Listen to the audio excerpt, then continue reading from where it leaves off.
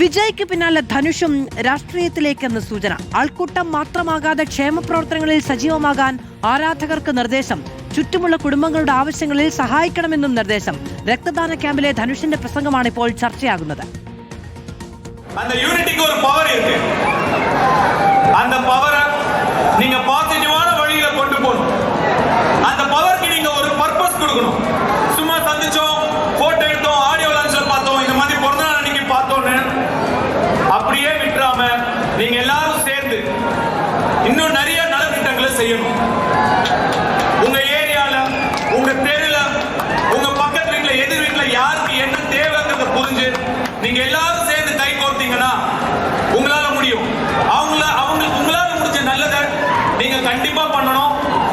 நான் உங்களை நினைச்சு இன்னும் ரொம்ப பெருமைப்படணும். நீங்க செய்வீங்க, நான் நம்புறேன்.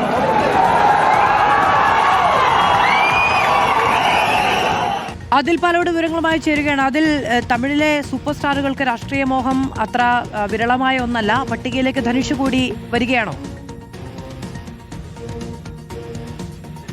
നമ്മൾ ഈ വാചകങ്ങൾ കേട്ടപ്പോൾ, പ്രസംഗം കേട്ടപ്പോൾ അങ്ങനെയുള്ള ചില സൂചനകൾ തമിഴ്നാട്ടിൽ നിന്ന് പുറത്തു വരികയാണ്.